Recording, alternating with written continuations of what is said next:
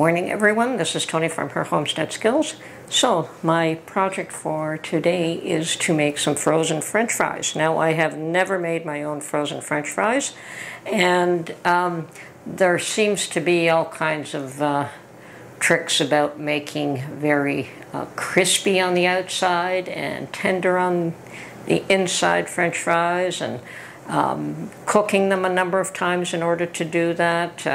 I have come up with another, I've done some research and I've come up with another way to do that, and we'll see how this works out. I'm going to do just a small batch. Now, the recipe that I found does not say to freeze them, but I am going to freeze them. That is my intent, is to have frozen French fries available. Now, I know I could buy them and they probably cost the same, but there's nothing tastier than your own homemade fries, so I'm going to do that now.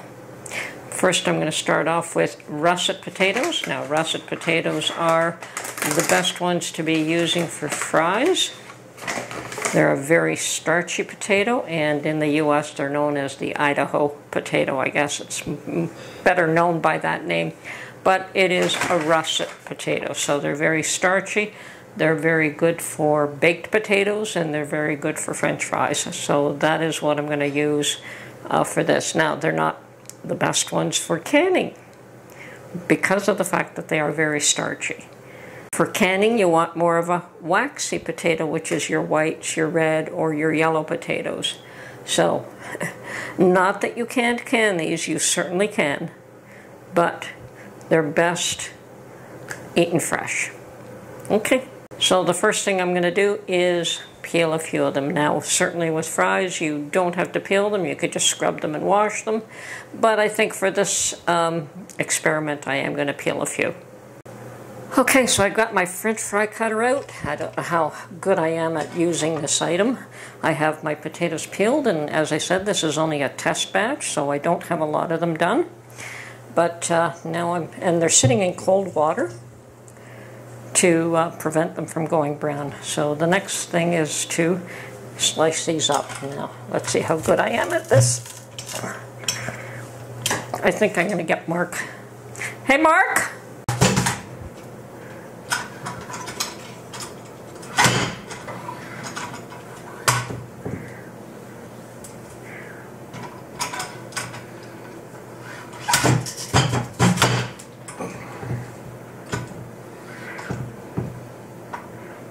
Can we do it side to side?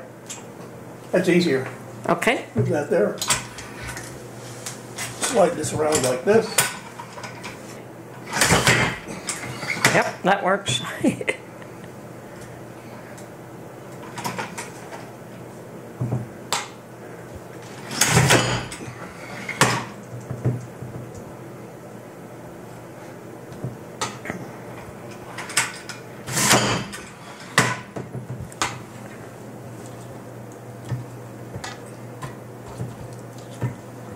I think this is the last one. I think it is. Okay.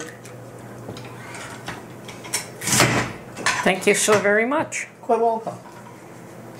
Okay, now the next step is just to rinse. So you're just looking for a surface rinse.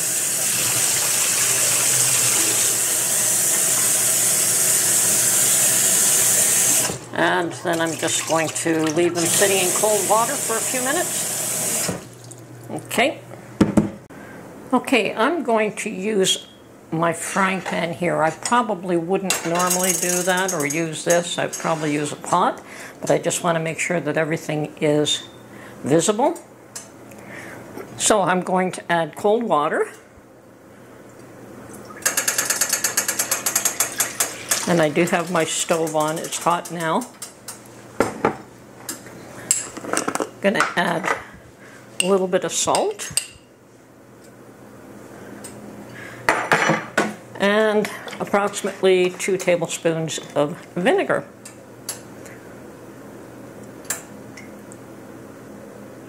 Okay. And there, I understand what I'm supposed to do is put, well, let's stir this up a bit first. Okay. Put the fries in. and let them cook for 10 minutes once they come to a boil. Now, to me, I would have thought that 10 minutes is a little too long, but we'll see how that works. Anyway.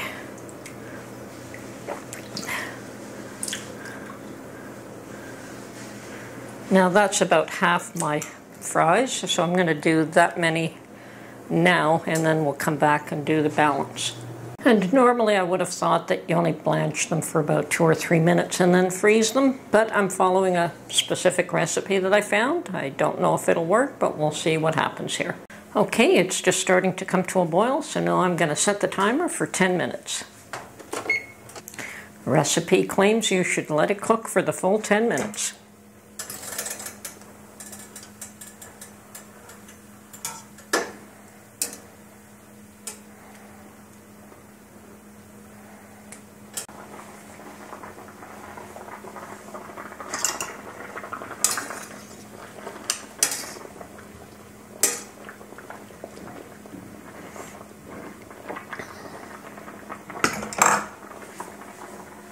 Of course, my only question is, would this be, this would be considered the first cook, and I have to double check and see if they still want a couple of fries, or we can just fry them in one shot.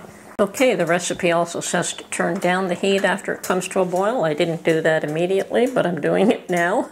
I've got 5 minutes left on my timer, and it also suggests to pull it out with a spatula rather than dipping it into a strainer, but because they're afraid that the fries might break. But I'm going to try just putting it through the strainer. They seem firm enough still, but in another 5 minutes that may not be the case, so I'll double check then. So it's a gentle boil now. It's not a robust boil. Okay, there's my full 10 minutes. I'm going to turn my timer off, and I am going to strain these through a colander in the sink.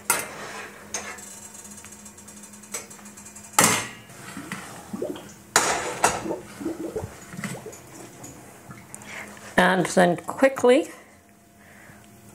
put them on a paper towel, a single layer, so that they can air dry. I'm not going to pat them dry.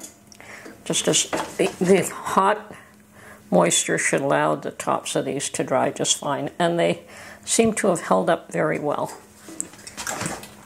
Okay, so I'm going to put this aside for the time being. There you can see that my intent here is to freeze these. So I'm going to finish this batch, then I'm going to freeze them, but I think I'm going to cook up a few of them to see how they turn out.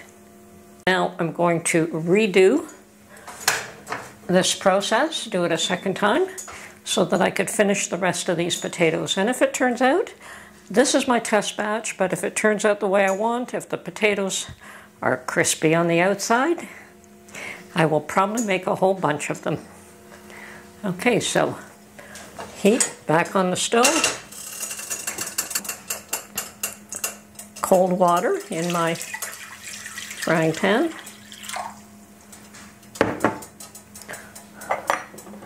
About a half a teaspoon of salt.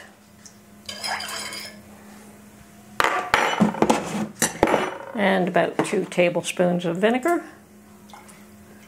That's just about it for my vinegar. And I'm going to add the rest of these fries now.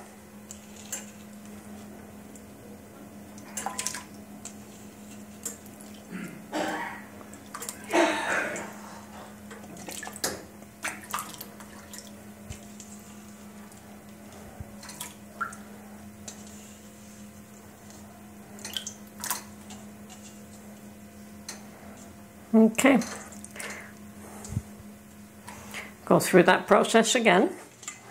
Okay, so the second batch is on, and as soon as it comes to a bit of a boil, we'll turn it down and set the timer for 10 minutes.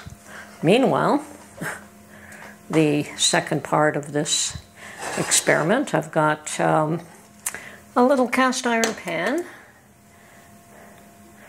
and this is a great way to season your pans. And I'm going to add some oil to this. Now, I'm only going to do a bit because this is only an experiment. Otherwise, it would probably be deeper than that. And my preference is to use lard, actually. Okay, I've just moved things around, so I've got the fries now in the water in the back burner, and I've got my little cast iron skillet at the front. So when this comes up in heat, I'm going to test it by putting one fry in first, and then if it's the right temperature, then I will add a few more. While waiting for the boil on the fries at the back, and once that starts to come to a boil, and it's very close now, we will turn it down and set it for 10 minutes. Okay, there we are, we're boiling, so this is going to get turned down, and my timer, timer set for 10 minutes.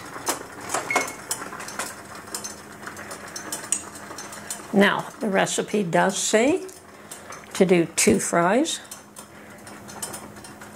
I don't know if that'll be actually necessary. Now, that isn't quite ready. Close, though.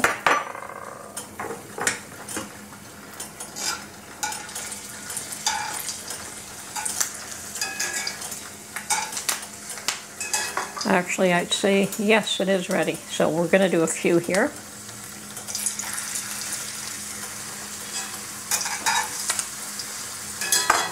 A few more. Once again, this is just a test. So I don't want to overdo it.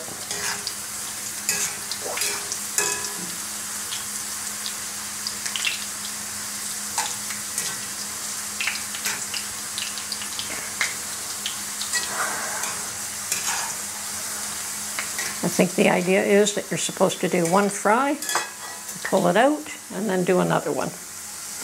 And so I'm going to do just that. Let's see here. Okay, so I'm pulling them out. They are a little bit browned, but that's the first fry. And they feel crispy already. Actually, we're supposed to let these cool for 30 minutes. And I don't think I want to wait 30 minutes.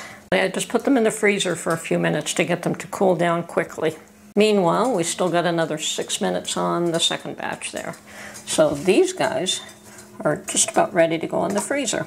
And yes, it may seem like an awful lot of work, but we'll see how this works out. Okay, single layer so that they don't stick.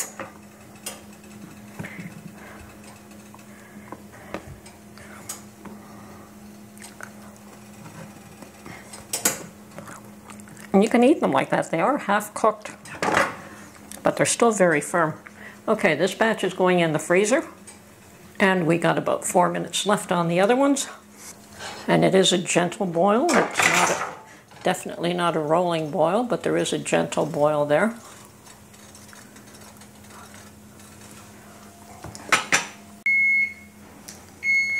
Okay, my timer has gone off.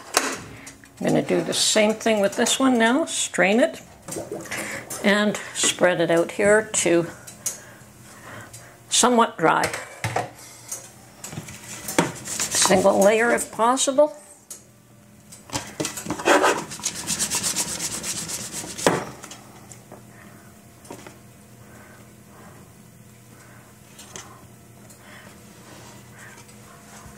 Okay, now that that batch is done, okay, I think we're back up to heat. And I don't know if I've simulated them being in cooling down for 30 minutes, but I think it came fairly close. So we're going to put these back in for the second fry.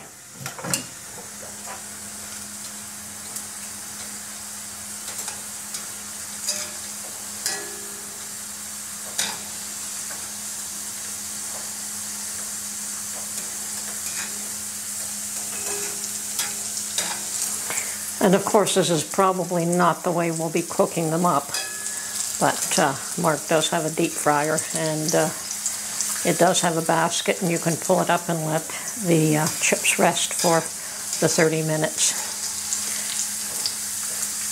They feel crisp.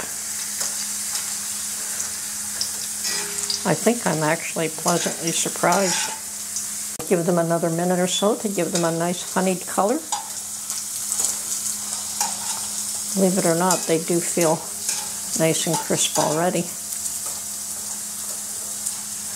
Okay, I think I will pull them out.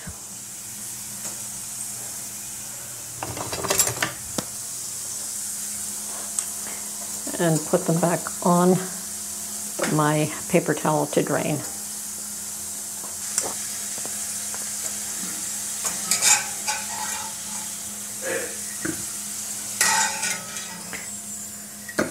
They even sound crispy.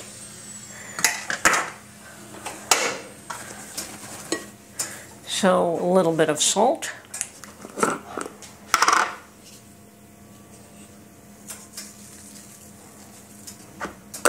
And you can have your own seasoning. You could make up your own seasoning, whatever you like. So they're perfect.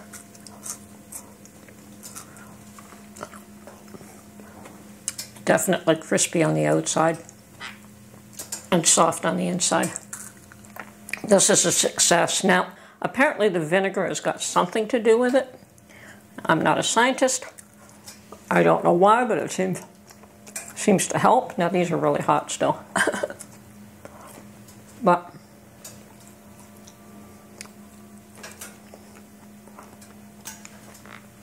definitely crispy. Hey Mark, you want to try one of these fries? Okay, they're a hit. Mark likes it too, so I am going to, they're still hot. I'm going to put this all away and I'm going to start peeling some more potatoes. I'm going to freeze that batch. I won't be cooking up any more for the time being though. Anyway, this is it. Hope you enjoyed this. This is Tony from Her Homestead Skills, and I am going to freeze my own potatoes, or my own French fries.